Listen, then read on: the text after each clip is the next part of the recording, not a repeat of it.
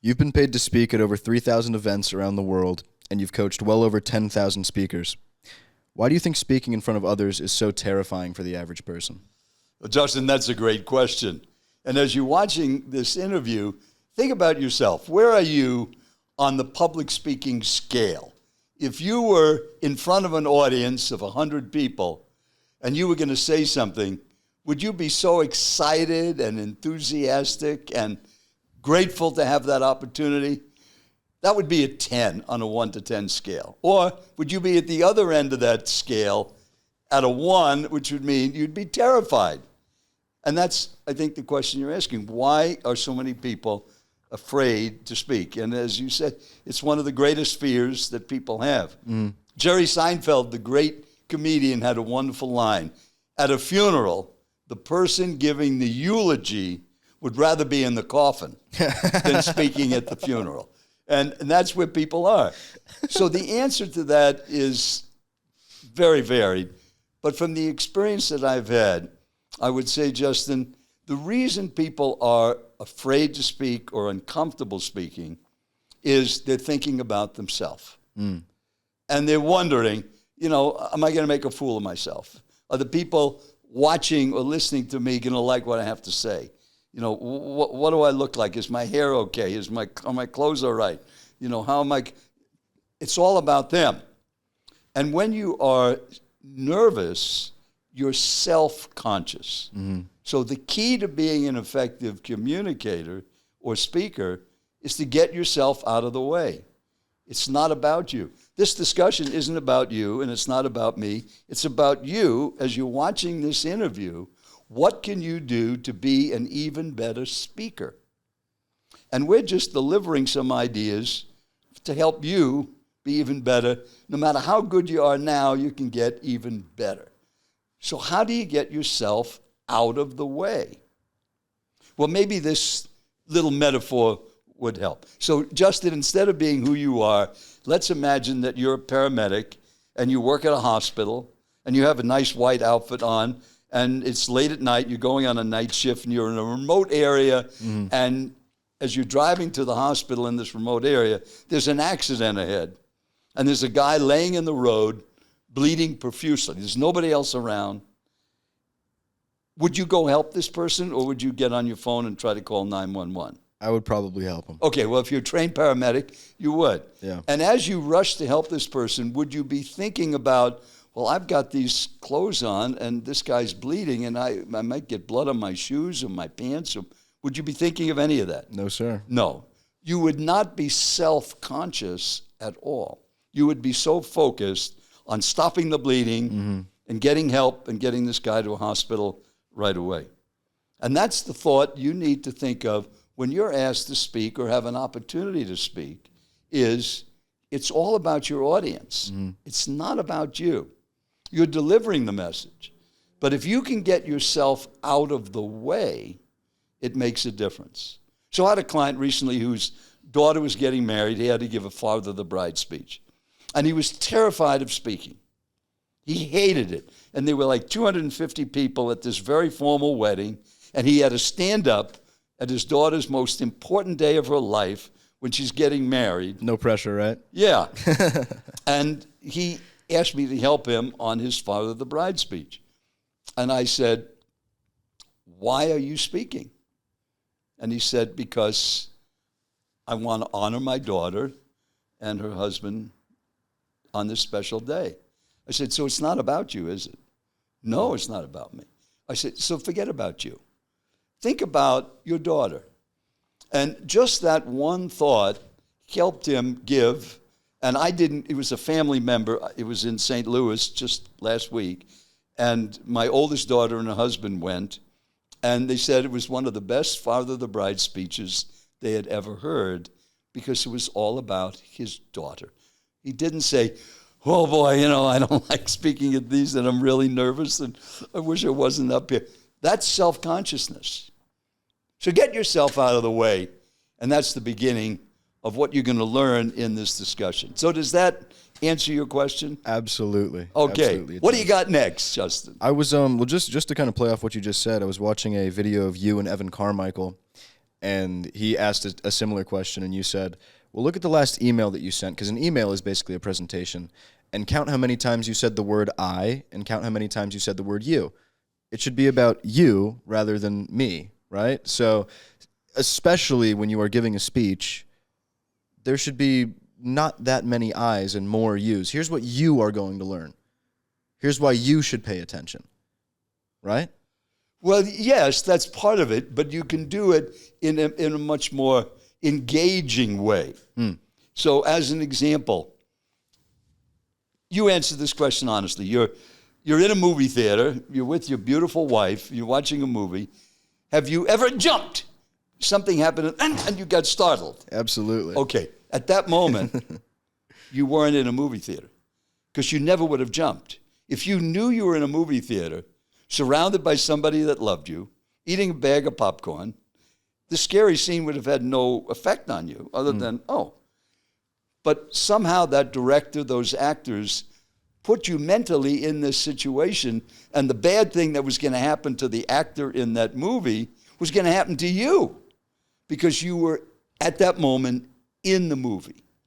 And that's one of the things you need to think of. How can you get your listeners into your message, not just watching or listening to what you're saying? And the way you do it is you use the you factor. So as an example, if you're telling a personal story, and here's how an ordinary person would tell a personal story. When I was a kid growing up, I was so shy and self-conscious, I couldn't even lead my Sunday school class in silent prayer.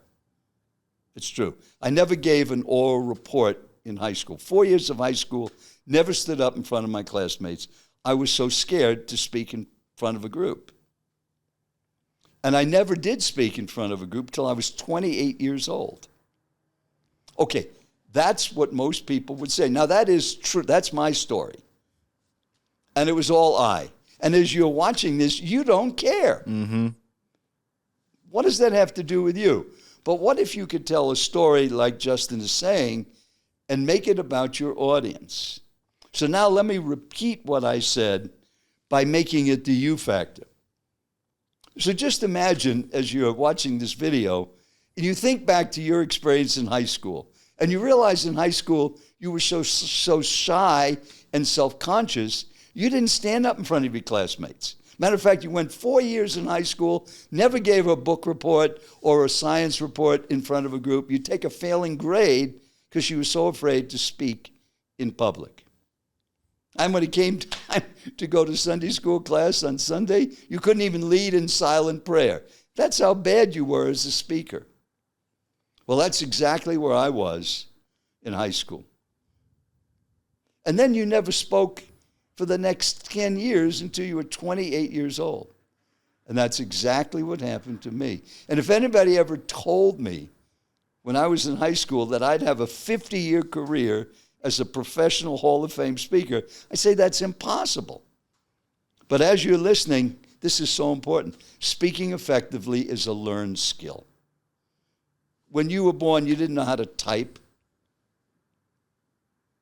You didn't know how to do a podcast. You didn't know how to ride a bike. You learned all those things. And speaking, Justin, is exactly the same thing. It's a learned skill. And the more you practice it, the more you do it, the better you can get at it. So that second way of telling the story is putting your audience in. And then if you look at your emails, what are you using as a personal pronoun? If people would write an email to a client about something. Well, I was looking at the paperwork on your account and I needed some information, and I need you to send me a couple of things so we can get stuff to you that you ordered and get it quickly. I mean, that would be a typical letter. It's all I directed. Your order is so important. You probably noticed now that you got some delivery, some things were missing that you need that's important. So if you would just take the time to write back what you need that you didn't get that you were expecting, we'll get it to you right away.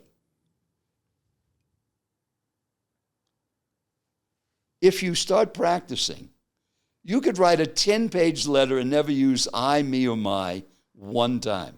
Not that there's anything wrong with it. You have to say I, like I did on that personal story.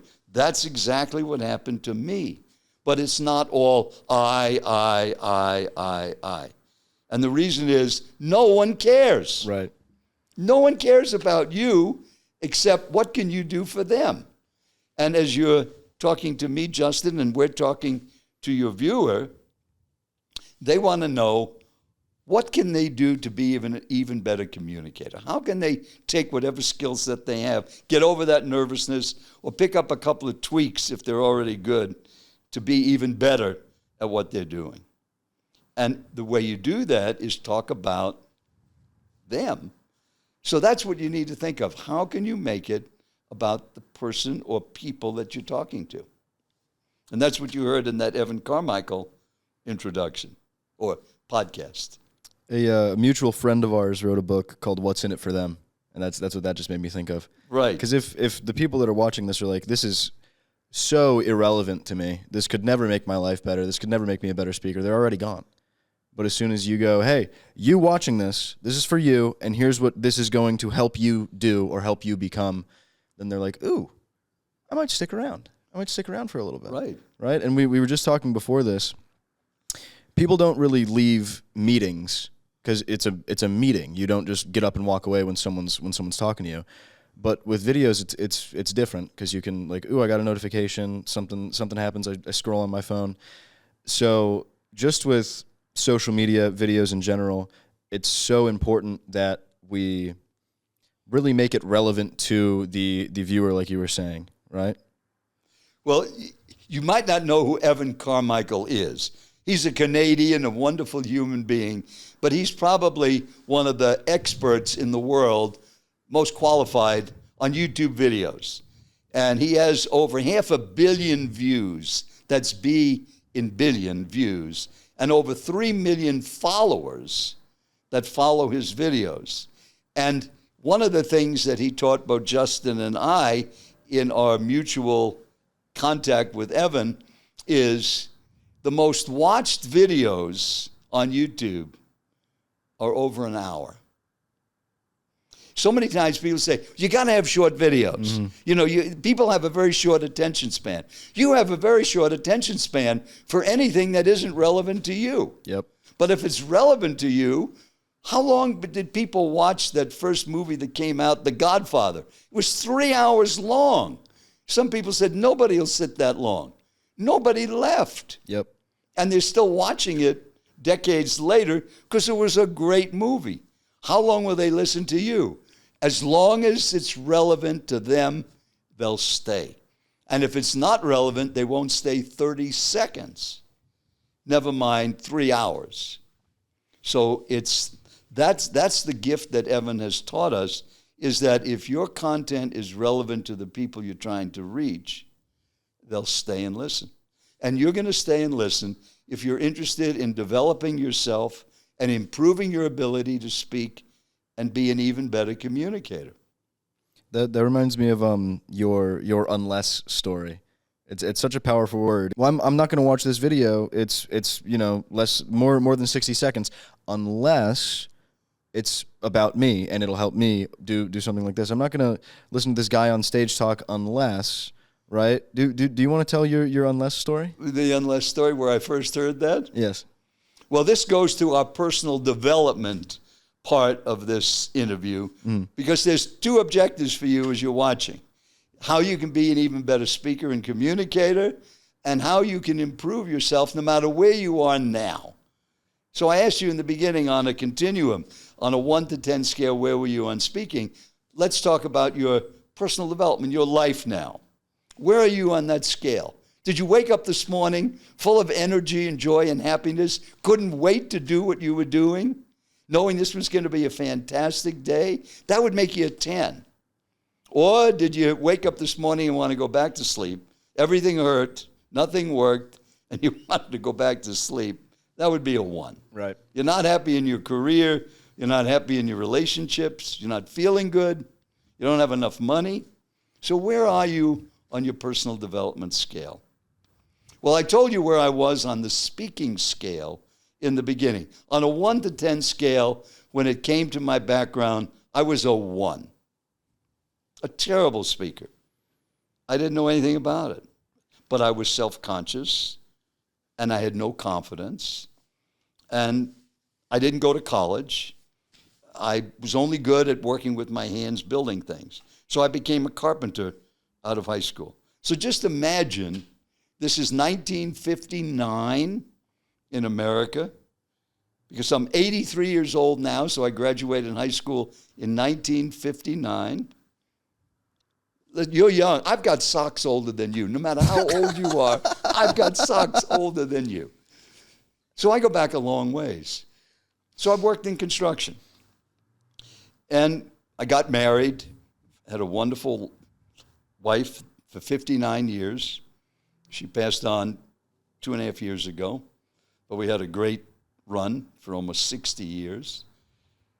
But I didn't have a lot of skills, so I worked as a construction carpenter, banging nails, digging ditches, making $62.50 a week, which came to, you make 62 times 50, it was about $3,200 a year that I was making. And when we got married, I had 2 jobs as a draftsman and as a carpenter, and she had 2 jobs as an editor, and we thought maybe together we'd make $10,000 a year someday. That was the goal. That's where my mind was. Where are you right now? What is your level of expectancy for your life? What do you see your future as? Well, remember, it doesn't matter where you are now. It's where you're going to end up. And sometimes things happen in your life that become dominoes. And we're part of a group run by Joe Polished called Genius Network. And Joe talks about a domino effect. And if you've ever seen on YouTube, there's some great videos on thousands of dominoes lined up, and then they push the first one, and then they all fall down in elaborate formations. And that's what your life is like. That sometimes an experience is the first domino that falls to the second and the third and the fourth.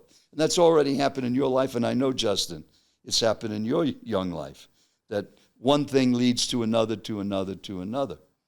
And this is the effect that happened at this time in 59, and then for the next few years, I worked as a carpenter. And then in 1967, a fellow in my church came up to me and he said, now just imagine when you were growing up. Did you graduate college? No. You didn't graduate college? No, sir. Did you get a job? Yes, I did. I was a dishwasher. Oh, you were a dishwasher? Okay. Yeah. So you needed to work? Yeah. Okay. And are you still washing dishes? No, sir. No, okay. So you've moved on from where you start, but Absolutely. We all have to start someplace. So where have you started and where are you now on your working journey? So just imagine somebody comes up to you and says, they want to hire you. And you say to them, well, what do you do? And they say, well, we sell encyclopedias door to door.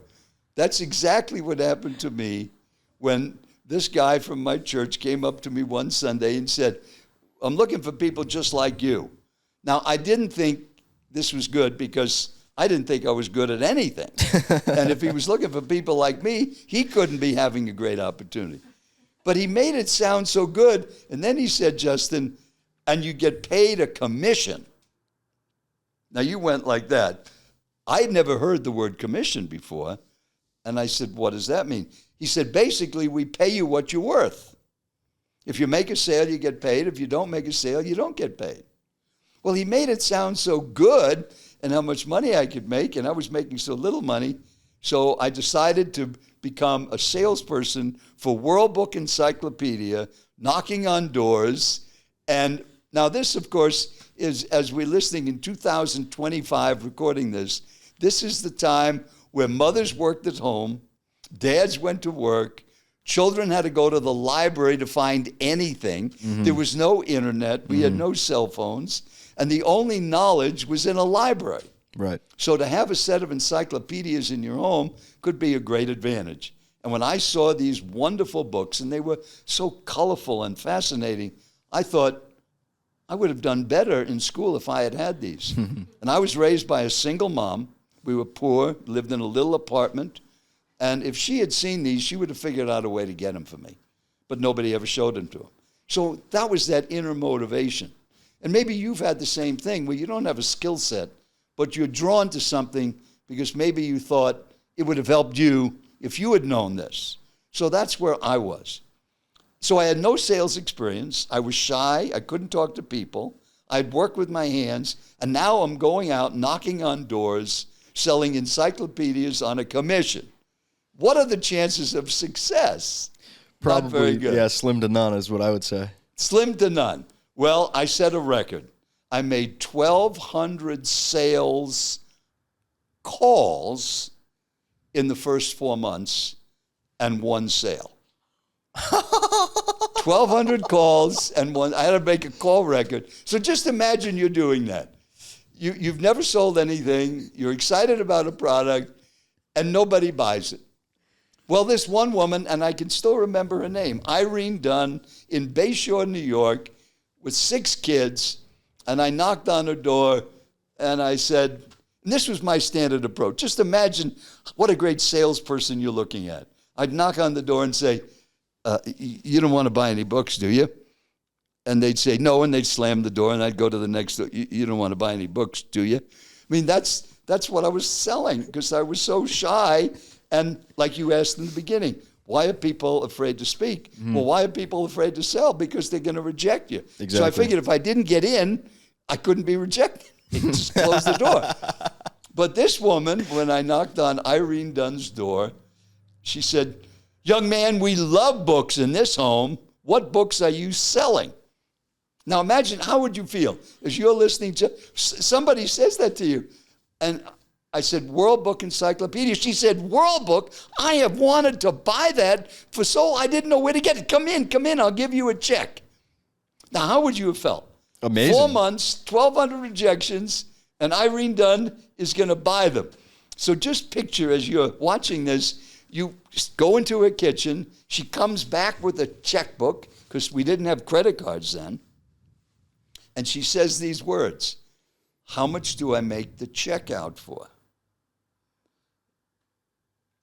And I looked at her and I said, I don't know. Nobody ever asked me that. Can I use your phone and call the office? So I had to call the office to find out how much the books were, because I never got that far in 4 months that anybody asked me how much they cost. So it was $189, and she wrote a check for $189 to Field Enterprises, and I went in so excited with this sale, and the head guy that had hired me, a man named Vernon Cavill, was so excited. He said, Joel, you made this first sale. Tell me how you did it. Well, I told him what I just told you. He said, you didn't sell anything. You didn't make a presentation. Mm-hmm. She just bought them. I could have sent a dog out with an order pad on its back, and she would have signed it and put a check in there. You didn't do anything to sell it. You are the worst salesperson I have ever seen. In 22 years with World Book, you will never, ever make it dealing with people. You have the worst attitude of anybody I've ever met.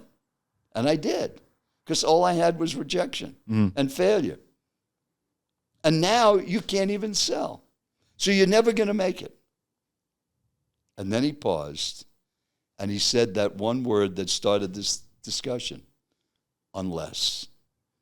Unless you change the way you think about yourself. And I said, what do you mean? He said, you're thinking about yourself all wrong. I said, well, how do you change how you think about yourself? And he said, maybe this record, and he reached into his desk drawer and he pulled out a record. Now, this again was in 1967. There were no cassettes, there were no CDs, there were no DVDs, there were no downloads, there was no Bluetooth. It was a record. And I said, well, I don't dance. He said, it's a talking record. And little did I know, and maybe as you're listening, you've already figured out what this record was, because it was a record called The Strangest Secret by Earl Nightingale, which was the largest selling recording ever made of a spoken word message. And it had sold over 1 million copies. CBS Records was the one that put it out. And over 1 million people had bought it based on word of mouth. There was no marketing or advertising. Wow. It was phenomenal. And today, with internet, it would have sold billions maybe. It was that spectacular a message. And I never heard anything like that in my whole life. When I took it home and listened with my wife, Judy, to what he said on that, and I realized that the strangest secret was what I wasn't doing.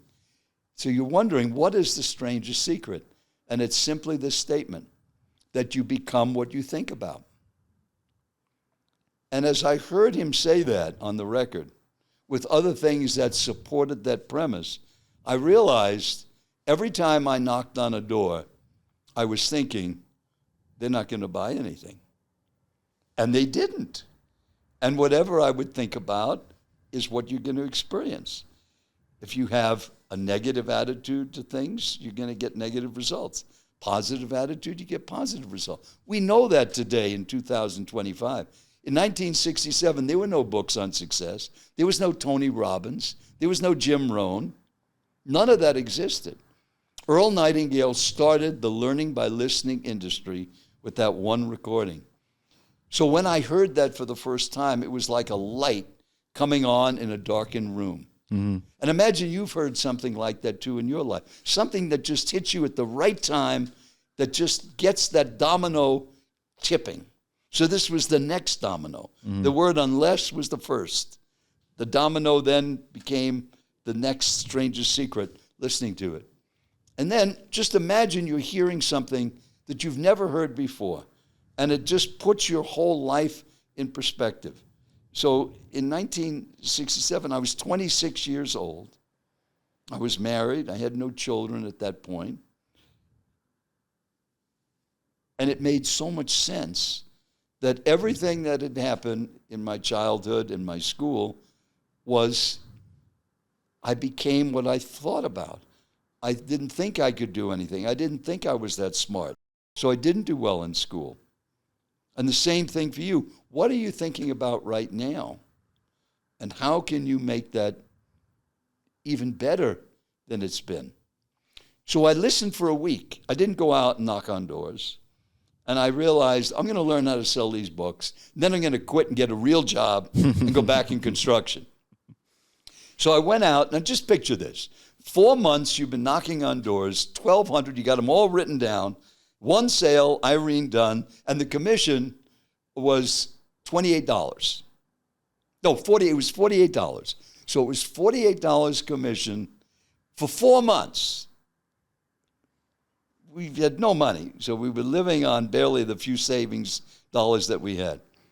So I went out in an old beat-up Volkswagen, which is what I drove, and I knocked on 4 doors. I made 2 presentations and 2 sales in 4 hours. I doubled 4 months of effort in 4 hours. Wow. I had 2 sales in 4 hours and 1 sale in 4 months. And you went, wow. Well, I went, wow, too. Because sure. As I sat at lunchtime, and those were in the morning, and I looked in my rearview mirror, which had a crack, and could still see that crack, and I said, I did it. And then I thought, what did I do? Well, what did I do as you're listening? Same product, same territory, same price. Different thinking. What I was thinking about when I knocked on those 4 doors is the kids in this home, if their mother will get these books, will do so much better in school. They were all in school. These World Book was the books that they had in the classroom. They had Encyclopedia Britannica and Collier, which were very technical. These were fun, interesting books. Right. But they had the information kids were learning. So that's what I was thinking about. I was thinking about them, not me. Mm-hmm. By the end of that first year, I became the #1 salesman for Vernon Cavell out of 1,100 salespeople, including the first 4 months. of nothing. Wow. Almost everybody would buy from me. I didn't know anything about selling, but I was so excited about the product and how it could help them. And the same thing can happen in your life. I'm seeing a recurring theme here where instead of being like, I'm thinking all about me, it's all about me, I'm so self-conscious. As soon as you know, the you factor, like you were talking about, you can, you know, do whatever it is, whether it's sell a bunch of books or have a really, really killer speech or even make a really killer video. That's pretty magical, man. Absolutely. Well, the fact that you picked up on that, I didn't pick up on that for many years afterwards, but that experience and how I was so successful in selling was because everything was on referral. I went back when Mrs. Dunn got those books, which was 2 weeks to ship them. I went back with her 6 kids and sat down on the living room floor and showed them all the fun things by looking up their birthdays. Because we would look up May 20th. That's when one of the kids was born. Let's see what happened on May 20th. Oh, Christopher Columbus sailed from Spain. Who was Christopher Columbus? Well, let's look in the C book under Columbus. And they'd get in the C book and they'd open up to cats. Oh, look at this picture of a bobcat. Oh, this is and they would see all these things. And the mother would be watching this and seeing how the kids were so engrossed in these books. But the underlying factor was it was all about them. Mm-hmm. And once that was discovered, I used the same thing in speaking, is that it was always about the audience. Like today is about you. It's not about Joel Weldon and Justin. It's about you and your life and your ability to communicate and your ability to develop that potential within you and have amazing things happen in your life. So the Strangest Secret, that record was your first sort of contact point with Earl Nightingale / personal development stuff? Yes. Little did I know that Earl Nightingale would become such a major factor in my life. And I became a distributor for his cassette programs in 1971. Right. And then in 1987, he was the first guest on my houseboat at Lake Powell. I had just gotten a 72-foot houseboat. I was making a lot of money as a speaker. My wife and I loved boating. And the first person I invited was Earl and Diana Nightingale, Diana, his wife. And I just talked to her yesterday. She's been a friend for over 40 years. That's so cool. Earl has been gone for 36 years. But if anybody ever told me when I listened to that record that I would have a houseboat and 4 other boats along on that trip that I owned, and Earl Nightingale, the guy on that record, would be my friend and mentor and would be on that, that's impossible. But that's what happens with the dominoes. Mm-hmm. That thousands of dominoes took place along that journey. And the same thing in your life. It's not where you start, it's where you can end up. By first having that right attitude, accepting that Strangest Secret. And now Diana is in charge of all of his material, and she's trying to figure out what to do with this legacy, because millions of people have had their lives impacted by the Strangest Secret and by Earl Nightingale's other material. So you should check that out and listen to the Strangest Secret. Absolutely. It's phenomenal. Nightingale-Conant was like the personal development company for... Yes. Do you know when they started? It was like 60s. Yes, well, maybe, Earl right? recorded The Strangest Secret in 1956. And then, through word of mouth, well, I'll just give you the short version, because this is important. And Diana and I were talking. I went out to see her about a month ago, and we were talking about how she showed me his original script that he had written. So Earl Nightingale, if you don't know who he is, was a radio voice, the most listened to voice on radio in America in the 50s. And he had a show called Our Changing World that was on thousands of radio shows, and they had sponsors. And they'd have a printout of the script that people could get, and the sponsors would measure the success of their advertising by how many people wanted the script, so they could see that it was a successful marketing and advertising program. So he was very well known, and he was making a lot of money, became the highest paid radio voice in America, was based in Chicago, and he bought an insurance agency with some of his money to have passive income that he didn't have to make talking. And he would run a sales meeting every Monday, and the manager of the agency said, well, what about next Monday? He said, well, I'm not going to be here. I'm going fishing in Canada. And he said, well, who's going to run the sales meeting? Well, you run it. You're the sales manager. Well, I can't run. They want to hear you. Well, I'm going to be gone. You're going to have to run it. So, well, no, I can't run it. Maybe he was afraid of speaking, like we talked about. Mm-hmm. So he said, why don't you record? You got all those stuff down the radio. You can make a record, record something, and I'll just play it. Bring my record player. I'll play it at the meeting.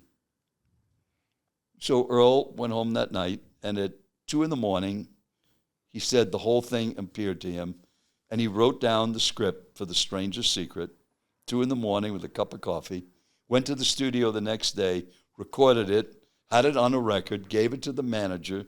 At the Monday meeting, they played it, and it blew him away. And everyone, there were 21 people. She showed a picture of the original office with them holding the first Strangest Secret record in her home, and they all wanted a copy. So when Earl came back from the fishing trip, they needed 21 copies to give all of the salespeople. So they made those. And then what do you think happened? They played them for their family. Then the brother-in-law heard it and said, well, I got to have a copy of that. And that's how the first 1 million records was sold from word of mouth. Lloyd Conant wasn't involved at that point, but he saw what was happening. Right. And he had a marketing company. And he went to Earl and he said, why don't we partner? You record, I'll market. And as you said, they became Nightingale-Conant, the first and largest distributor of audio materials. And Earl's, and there's many, many messages Earl's recorded that are still available. And then they started getting other speakers. Right. And one of them was Brian Tracy. Mm-hmm. I was the fourth one after Earl, and I was speaking then at that time, that they wanted on a recording. So they had 2 of my audio programs on Nightingale-Conant. Wow. Way back, it was Brian Tracy, Dennis Waitley, Fred Herman, and there was one other, and then me. And so and they still sell. I just got a check for $17, I think. There's not selling many because you can get all this material on YouTube now. But anyway, that's how the Nightingale-Conant business started, all because of that record. That's so crazy. I didn't realize the backstory of the Strangest Secret played such a big and just because part. He wanted to go fishing, and that started a whole industry because it was so good. And based on what we're talking about, getting yourself out of the way, I listened over the years when I became a distributor in 1971 and through the 80s to everything Earl Nightingale ever recorded. And in 1986, when I invited him on my boat, I realized I only knew 2 things about him. He liked boats, and he was on the radio. He never talked about himself at all. It was never about him. It was always about this book that he had read, this person that he had met, this revelation that would be helpful for you. And I think that's how I got so into this you factor, because he didn't talk about I, he talked about you. And that's what you can do. Talk about your audience and how they can benefit. For those of you that don't know, by the way, Earl Nightingale, personal development legend, and him and Lloyd Conant, Lloyd Conant, yes. They collected all of these other personal development legends, like you said, Brian Tracy, Deepak Chopra, Napoleon Hill, and they had them. Was it either create audio programs for the actual I business? had already had my programs, so they just sold them. So I re-recorded it in their studio, and then they sold them, and then we got a tiny commission on what they sold them for. That makes sense. But yes, and they had hundreds of speakers. Yeah, massive over the years. discography of all types of personal development stuff. That company, that was actually the first place that my dad went when he first learned about personal development. Oh, okay. Because that was the company. They had everybody. Yes. There was things for emotional stuff. There was things for financial. There was things for health and fitness. All of these different these different things. So I assume that well, number one, I assume meeting Earl Nightingale was the coolest thing ever, and number two, after you listened to that first record in your office for the encyclopedia sales job. Yeah. I'm sure that sent you down a rabbit hole of personal development stuff. Oh, yeah, I consumed everything Nightingale. I would order every program they had that made sense, that was sales or personal development. And, you know, in the beginning, with no idea that I would become friends with so many of them, from Wayne Dyer and then being part, Joe Polish had a program on there on marketing, which is their number one program ever on marketing that Joe Polish produced.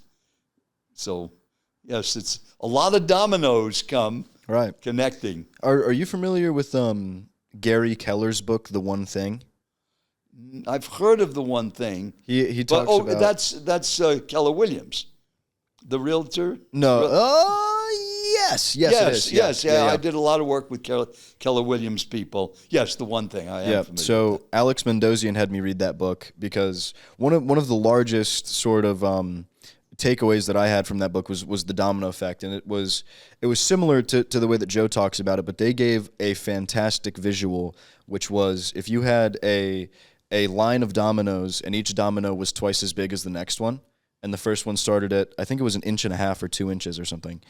By the 57th domino, you would have a bridge to the moon. Wow. Right?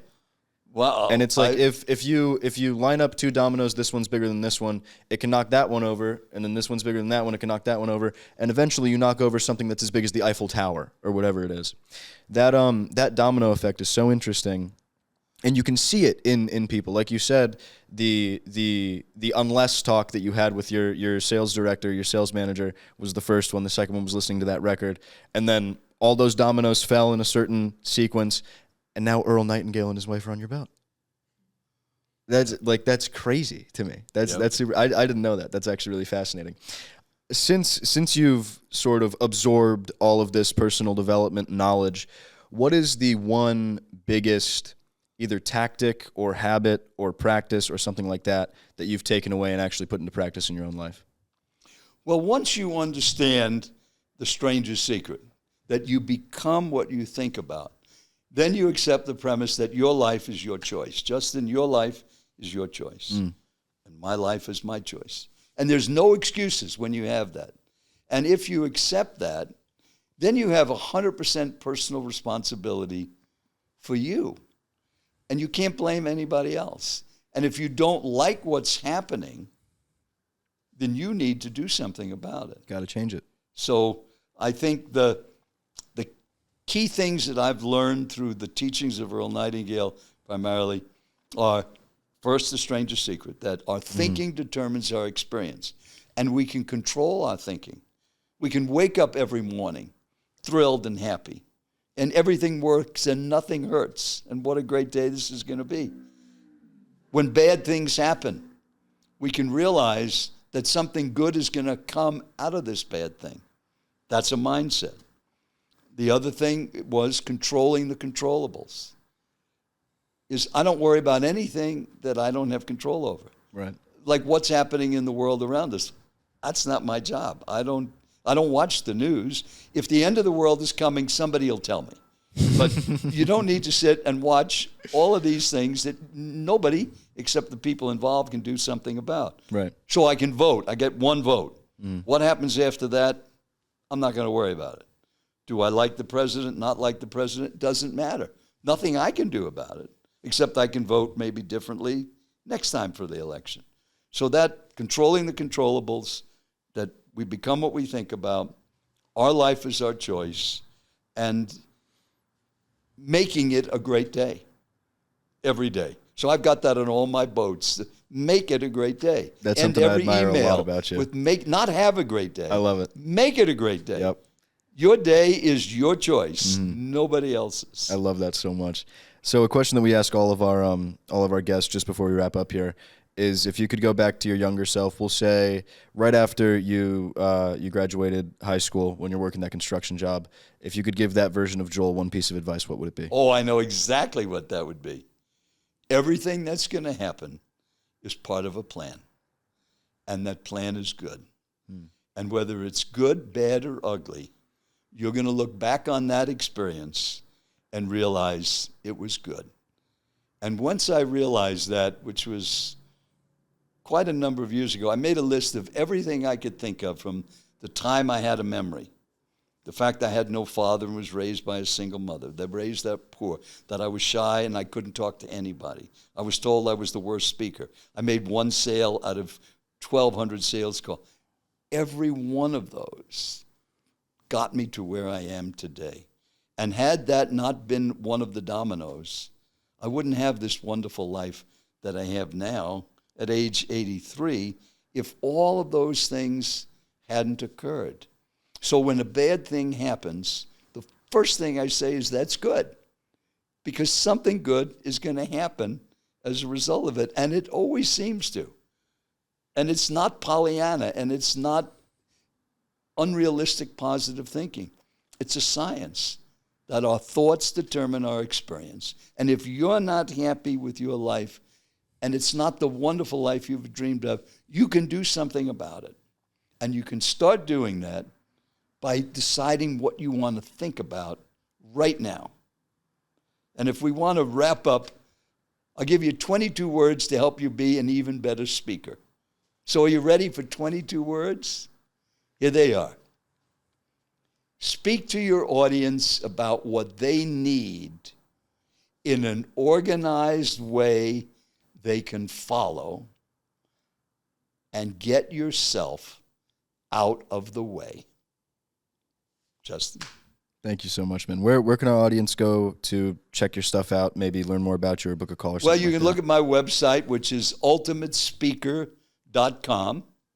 And there's a chance if you want to talk about our coaching and how we can help you, there's a place to just set up a call and be happy to talk to you, especially if you're part of Justin's followers and you've made it through this podcast. And hopefully you got one idea you're going to put to use right away. Joel, I could talk to you for hours, but thank you so much for your time, man. We got to wrap up. Well, you make it a great day. You as well, man.